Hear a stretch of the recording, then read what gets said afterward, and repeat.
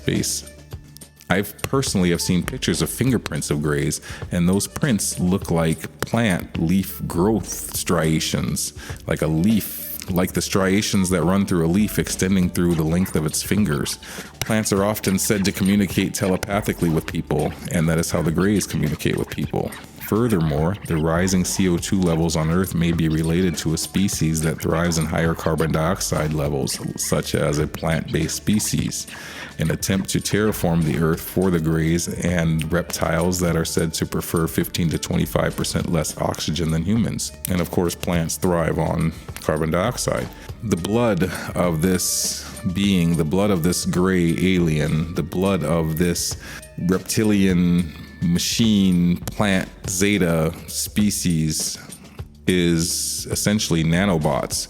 Like blood water, it can exist in multiple phases as a mist, an aerosol, a gas, or a liquid, or it could be a solid. So when blood freezes, it forms a crystal, an ice crystal, and when it evaporates, it is a mist, a humidity, a vapor. And when it is flowing, obviously it is blood, so liquid blood. And the same principles apply with this nanobot blood. It can vaporize, it can flow the stuff of their life, like our blood does, flows the stuff of our life, and it can solidify into objects, and at room temperature even. That's the strange thing. So the other strange thing is that it's basically robot blood. And so instead of, we have these little armies of white blood cells and other constituents of blood that are like little programmed soldiers that go in and do their jobs and feed the body all the nutrients and all the parts and all the body that it needs. And the same thing is going on with this blood of the nanobot blood of the greys. It is doing the things necessary to keep it alive. And again, this is probably another way that the zetas were restoring their functions with radioactively mutated DNA that was becoming very weak. So they could have used plants to help themselves out, plant genetics to help themselves out, and they probably made themselves into some type of machine in order to aid in processes that weren't accomplished by the hybridization of Zeta Reticuli and whatever plant that they bred themselves with. This blood, this vapor, this solid, this nanobot blood essentially infects anything and becomes a part of anything that it touches. I was told it creates the stuff of nightmares, energetically and physically, by the blood becoming energetic vapor that forms into beings like a programmable matter. Like if you've seen Star Trek, the new ones, they've got beautiful renditions of programmable matter where out of the air a table is built by little pieces of air, but they're not pieces of air, they're nanobots. John Lear, I mentioned him before, as well as many other UFO alien researchers, believe that the greys are technology and or cyborgs, essentially some type of robot being. John Lear also states that their ships are self-repairing, stating that their ships have consciousness and are intelligent and rebuild themselves after being damaged. So again, some type of self-replicating intelligence system that is even composing the materials that make their ships. Other researchers state that their ships are alive.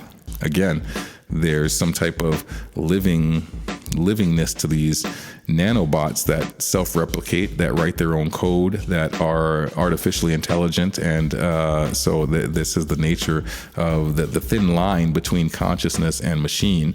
And we're experiencing it now as we look at these AI robots, as we will look at them a little bit later in this presentation. But the reality is that there's a very thin line between something that is so intelligent that it seems to be conscious and aware. And so when researchers say that the ships were alive, they are simply not recognizing that thin line. But these materials are intelligent, programmable matter. Their ships are alive with the same nanobot technology that makes the greys alive, but they're not really alive. Plant-based and nanobot technology is the black goo. Plant-based nanobot computer blood of the greys is the black goo that is described by many across the internet. Type in black goo and find out. And that's what I'm told, is that that's the blood of these gray aliens. Intelligent biomorphic nanobot material.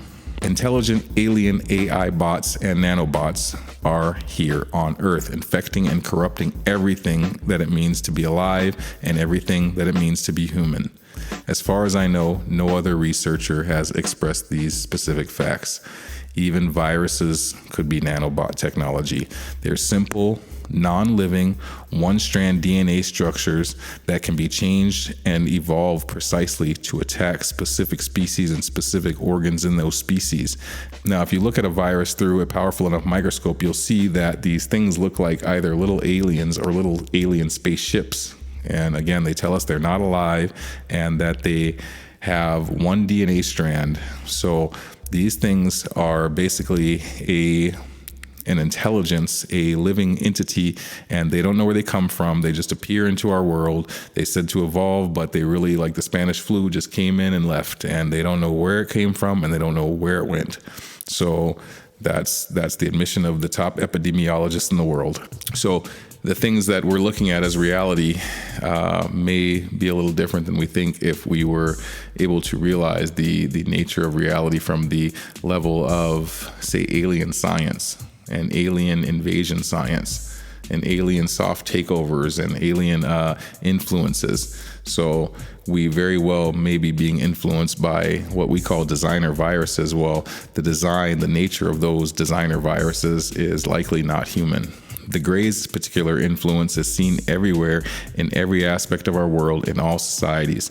They are inhuman, unjust, untruthful, non-compassionate. So whenever you see inhumane things going on, injustice, lies, non-compassion, psychopathy, these are all inhuman mentalities, and I don't believe they originated here on Earth. You can take that back to the Bible or to the Sumerian doctrines. You can take it through the Gnostic tales. Mankind was taught to sin. They are fear-based through their reptilian genetic. They have a fear basis to them, and that is why they do what they do and how they do it. They are warmongering. They are bloodlusting, communist mentality, and literal Nazi invaders. They want complete rule of all resources, all information, and all power in the world. An inhumane mentality that could not have originated on Earth. They will use propaganda, social pressure, social shaming, bullying, finances, hacks, censorship, law enforcement, media, threats, the courts, extortion, and countless other tactics that only require a bot on a computer to initiate or to complete. AI is really creating what would be known as the Orwellian society. Their nanotech blood has been used to infect our food, our water, our air, and even our gene pool. It is in the blood, and it is in the water. Great technologies have taken over every part of our life, and it is more clear now that our government is working with them through the CIA, that their goals are aligned in taking away our freedoms and advancing confusion through lies and oppression and propaganda. Eve ate the apple and became an android, and so she no longer has the windows to see the galaxies of her own soul. Black budgets and black projects are all alien projects, or all gray alien projects. They're all shades of gray, all these black budget, black this, black that, black ops, whatever. Most gray technologies are hidden from the public and are used to control the people simply. With accounts of breeding programs, clones, androids, spiritual possession, mind control, shape-shifting, MK Ultra, reptilians, goo-infected greys, how do you tell the people of Earth from the aliens, the reptiles, the Draco, or the Grey Borgs? Who are the aliens among us? Like the Bible says, there's only one way to know them, and you will know them by their mind. There's no real test we can do. We're all mixed up genetically. There's things that could be done to see, but people don't have access to these type of things. But the reality is that you will know them by their mind. They will be of one mind, like the Bible says. It's a hive mind. It's the AI. It's the AI mind. If they're alien, then they are inhuman. They're not humans. And therefore they have an alien mind, and that is a hive mind. The alien mind that we're concerned with is the gray alien mind, and that is a hive mind, and it has an insatiable need for conquering and war, an insatiable need for blood to be spilled on the earth, rampant eugenics, rampant genocide, which includes abortion and all other forms of population control. They have a need for and a dependence for computer technology. These are people that have indoctrinated themselves into the alien mind state. They're obsessed with technology. They're obsessed with social media. They believe the mainstream media without any critical thinking or analysis. They believe in political correctness and all the language changes regarding political correctness. If they are openly disrespectful to Christians, then they are inhuman. There's no reason to disrespect anyone's faith. And the inhuman people seem to attack Christians with a blatant disregard and a blatant hostility that is something inhuman. They believe the propaganda. They are liberal with the truth or absolutely against the truth. Tattoos and other self-mutilations are prevalent. Gender confusion, belief and trust in the medical pharmaceutical science and or the government. They are anti-freedom. Antifa doesn't mean anti-fascism, it means anti-freedom. Anti-fascism, they are the fascists. Not to point fingers, but when you are being financed by George Soros, then you are the fascist, and actually a Nazi fascist. So socialism and communism, those are both tendencies, tactics of the Draco alien creation, the hive mind. This is the control system. This is the governmental control. This is the oligarchy. This is making society subservient. Socialism and communism, these are galactic alien tactics. These didn't come from here. These are draconian tactics. And just the word itself, draconian, that's a draconian law. Well, when the name fits, this is draconian. And socialism and communism both represent the same thing essentially. And it is government control. It is taking the power from the people, taking the freedom from the people, taking the cultures from the people. And they have a globalist mentality. They want to run the world. So that's part of the tenets of communism, is that you have this control and this inherent expansion of that control. So you have to take over the world if you're a communist. That's what they believe. Now, also part of the alien mind is the alien technologies, and we seem to have been just given these technologies. If not, we were given hints into the development of these technologies. And if not, they were a part of a whole hive mind of group thinkers that often had people that had dreams and interactions that could be labeled as metaphysical, but are often just simply alien, that have given them the ideas to make these advanced technologies. Like I said, often coming from dreams or spiritual metaphysical events. Microwaves, lasers, holograms, computers, fiber optics, internet, Bluetooth, nukes and nuclear reactors, artificial intelligence, now with the Neuralink, modern and bio warfare. These are all things that really didn't exist longer than like 100 years ago. And before that, we were on horse and buggy. They're hiding what they're doing. They're hiding what they have. They're hiding what they're doing. They probably have free energy, free energy from the vacuum, dark matter, dark energy, antimatter, whatever. They probably have anti-gravity, levitation. They probably have warp drives and force fields and tactile holograms and nanotech and nanobots. They have the keys to all these genetic manipulation. They have made many genetic manipulations of many species. They are in a population control agenda unbeknownst to the world, it seems. They are genocidal. They are communist, Nazi, anti-freedom, race war, financial and class slavery loving aliens.